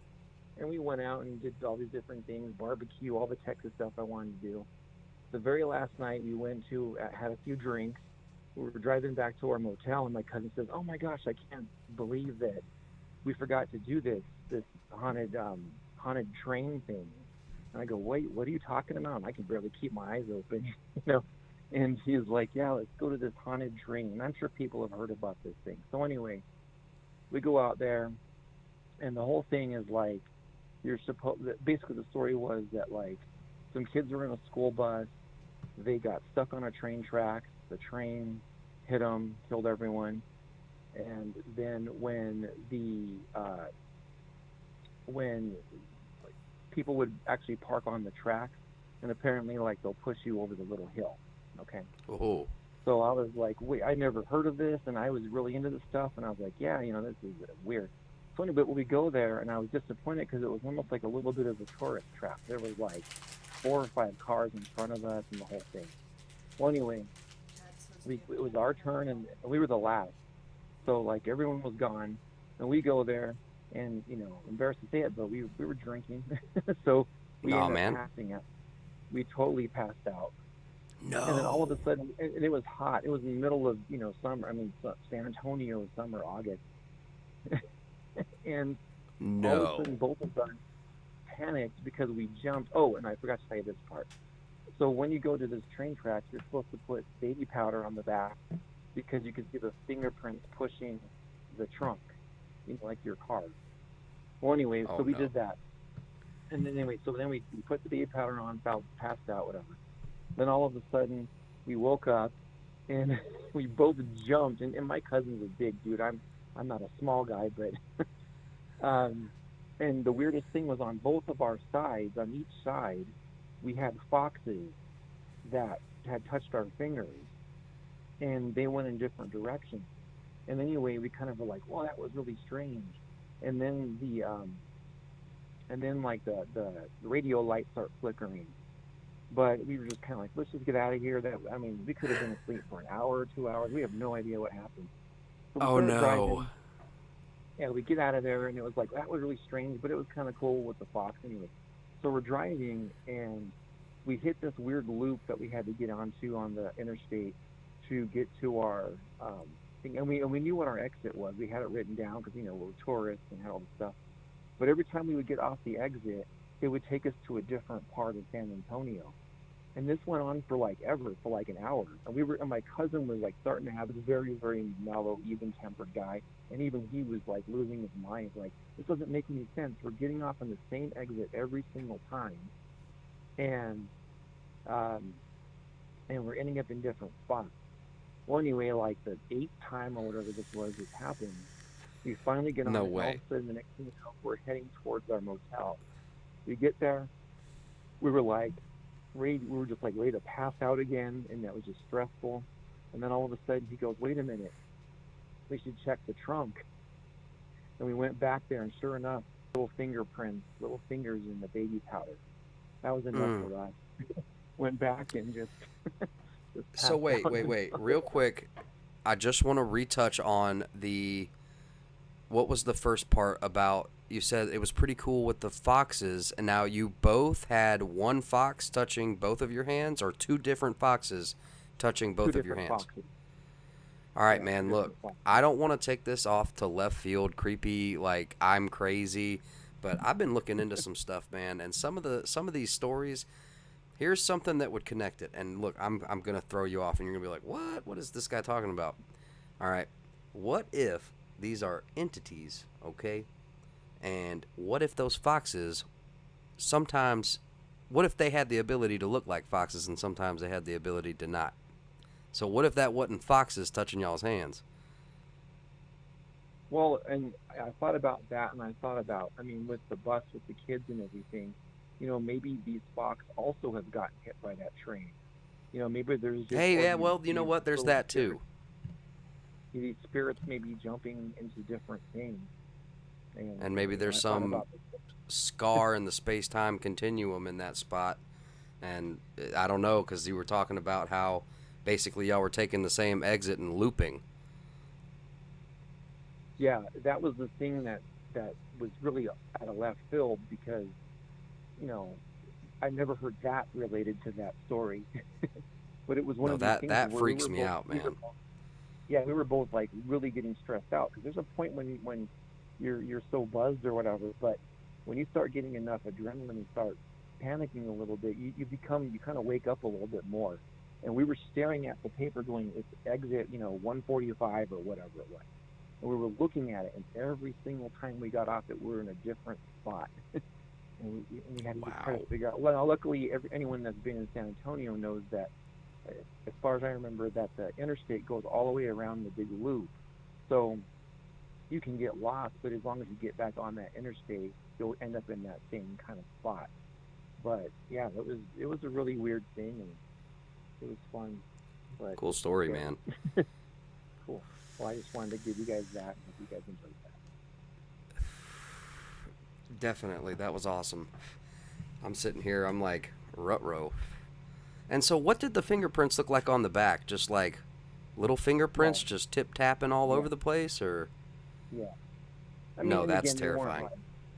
I mean, again, they were just more like impressions, Oh, it's terrifying. It was one of those things that we didn't even, I mean, the way I kind of told the story kind of quickly, because it gets boring if I were to drag it out, but the point is that, like, by the time we got to the motel, that wasn't even on our mind, but again, we had to leave that next morning, like early on, and we kind of just thought about, well, maybe we should get our bags and stuff, and like, oh my gosh, let's check the trunk. And then when we saw those, it was like, oh no. Take those back. It was real. Yeah. I mean, and I thought of anything. I thought of all kinds of stuff, like maybe it was younger kids that had seen us waiting, and maybe they came up and everything, but it doesn't explain the fox or anything like that. So, That is interesting, my man. That is a story right there. Talk about a campfire story. That is a story, man. Yeah, I could tell you guys a bunch of them some other day. My first call is a little nervous, and I have a bunch of weird things I talk about. So. Well, dude, I'm excited. We'll make this a weekly thing, where Tiff can do her little whatever topic she's looking up, and then we'll open up the phones. I love this. I'm really sad that I just caught the last bit. I'm doing some work, and I caught the last bit of that show, and I was so sad because I was really into like the vortexes and everything, and I'm really familiar with the Mal's Hole story that she kind of was asking about, and I was like, oh, I was so into it. I wish I would have seen the earlier part of it, because anyway, I don't know. No, yeah, it's all good, man. It's all good. I also have this weird theory that Art Deco buildings are vortexes in a time jump. So that's part of like with the Stanley Hotel and everything, the Queen Mary ship. Anyway, I don't want to get into that whole thing, but I thought of some really weird philosophy on these things. So. Dude, yes, indeed. That is, you got to write that down. That is something to look into. Art Deco buildings being a potential, like a vortex or a time jump or something like that. Or what was the one that's in California that everyone, where they end up changing the name? I have it written down somewhere. But the last story, I guess, was that the lady, the Asian lady, she got in the elevator and started freaking out, and that's the last footage they see of her. But then they finally found her body like on top of the roof, like stuffed in this air vent that she couldn't have done it herself. But it was this weird thing. But anyway, it's a very famous building. They ended up having to change the name because it has such a negative rap with like decades and decades of this. And it's also another Art Deco building. and I'm an artist, so it's like one of these things that if you look at Art Deco, it's really a combination of a bunch of styles. And it's, again, I don't want to keep you too long, but I have these weird long things. No, Like, man, if you're you look fine. at all these occult people that were interested in art and, like, after Civil War to like World War II, I mean, and beyond that, but especially that time period, they weren't doing their art just to try new things. These were heavily, some people got really spiritual, I guess is the best way to say these words, on YouTube Yeah, and that's stuff right. like that about this stuff. And Art Deco was kind of a mashing of different ideas and concepts. And what makes me wonder is if just the angles and the shapes of stone and stuff like that can actually alter planes of existence and put people, even if it's temporary. Again, the Stanley Hotel, which is, it's here in Colorado, but it's also, The Shining, like, again, that hotel I was talking about in California, the Vortex Yeah. in Oregon, those types of things. It's very interesting. There's a book that everyone should check out called, like, Sinister, and I have it. It's interesting how the guy correlates army bases with paranormal things with a lot of crime, and it's a really interesting thing because he details specifically. And I was into like true crime and paranormal separately, and to find out that he kind of linked these things up that it just seemed like they'd be separate stories, like the Mothman story. All of a sudden, they start to make more sense when you look at it in context of this graph, I guess. Yeah, I'd love to get the name of that book. Sinister Forces, that's what it's called. Got it. Well, anyway, thanks for being out there. This audience is great. This show was really cool. It's very comforting in this time of chaos, and I'm by myself out here, and it's like kind of pacing back and forth and everything. So Definitely, yeah. Anyway. Yeah, I think all of us are, got a little bit of cabin fever, especially those of us who live out in BFE, Cool. Well, thank you. I'll let you go. Have a good night. All right, my man. Have a good night. Thank you for calling in. All right. Bye-bye. Another awesome caller. That was awesome. Dude, that was a story. Holy crap, man. You talk about that, like, I don't know, just this, like, falling asleep and then waking, kind of waking up, and then for you and your friend to both have a fox touching your hand, you know what I mean? And then run away, I don't know, man. That kind of stuff gets me, dude. That right there. Because, you know what? I think I'm done.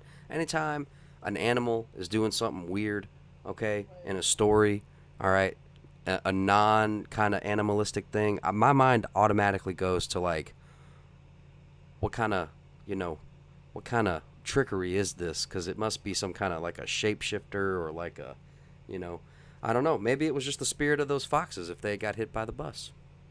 Maybe that's what it is. I don't know, guys. I have had a great time hanging out with you guys. I hope you've had a great time as well. Smash that like and subscribe. It would mean a whole heck of a lot to Tiffany and myself.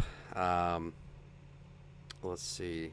Animals freak landing out, LOL. No, animals, I love animals. I super love animals. It's just in these stories, these paranormal stories, when an animal pops up, I got stories I've heard where people they saw this cougar, and it had like human looking eyes, and it went to scream, but it didn't scream or whatever. It didn't sound like a cougar. It sounded like a female woman. Ugh, that's terrible. That's the sheep thing. Or like, with Chief Greyhawk, where he had the story about that the two pumas, or the two, what are they called, panthers, and they had human eyes, and they weren't they don't act like panthers. They were, and then it's always associated with the smell, some terrible smell. A lot of correlations adding up. I don't know, guys. We're on to something. All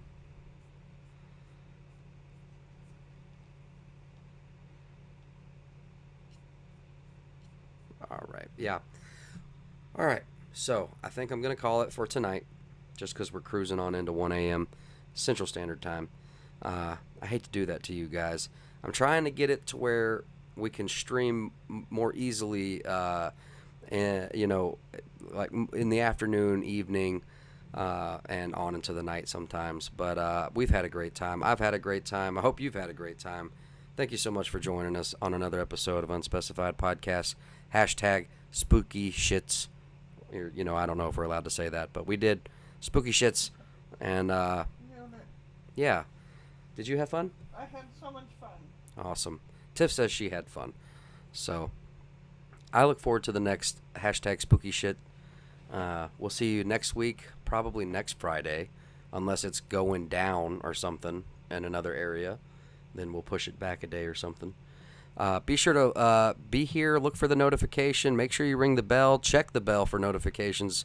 If you've already rang it, make sure you check it because, it's going to be going down, okay? Patriots, Antifa, I don't know, DC, be here, or, you know, I hope that you'll join us. Tiff and I would very much like to see you guys here, at least drop in and give a bro fist. I think that's all. I think that's all we've got. And until next time, guys, you know, stay the course, keep the faith, keep the faith, stay the course, and stay frosty, guys. Much love. We'll see you on the next one.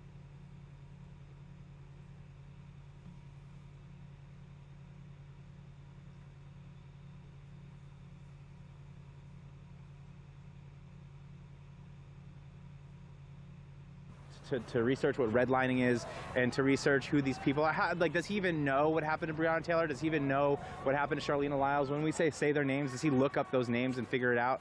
No, I don't think so. I mean, like, if you don't know what the penal system is, if you don't know what redlining is, if you don't know all these things, like, dude, you know, like, if you're gonna take such a stark stance against this, you need to fucking do that research, you know?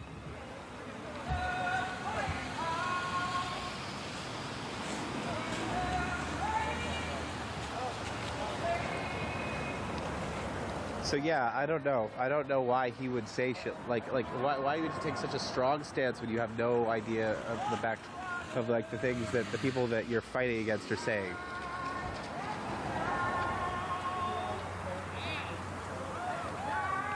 Yeah, he's acting like people here are going to try and kill him. And we're literally, like, you know, like I was saying, get out of the car and come and have a conversation with us. He clearly thought, oh, this is a trap or something. He said, I have a security ordinance that I don't violate. I'm like, okay, fine. Stay in your car. Let's go listen to Casey sing.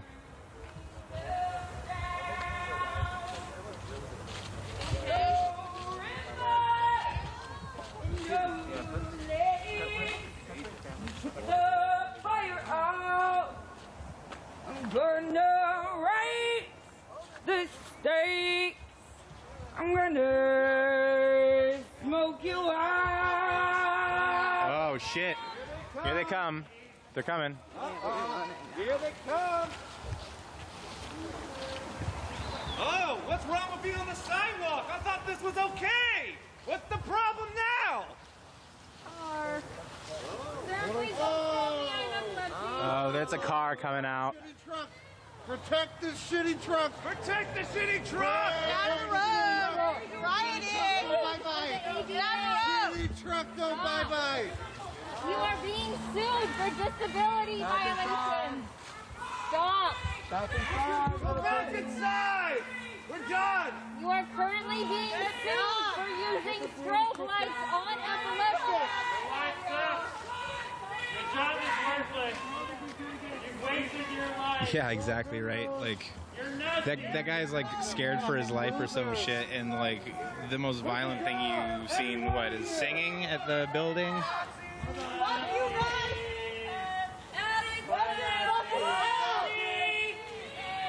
And you guys look terrible! Get out of uniform!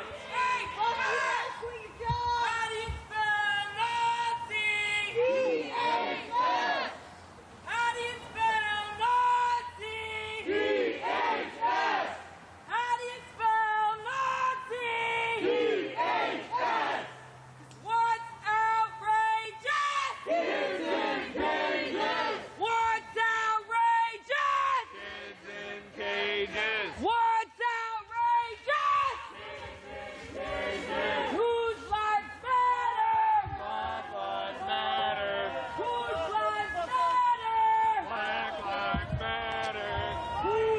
So like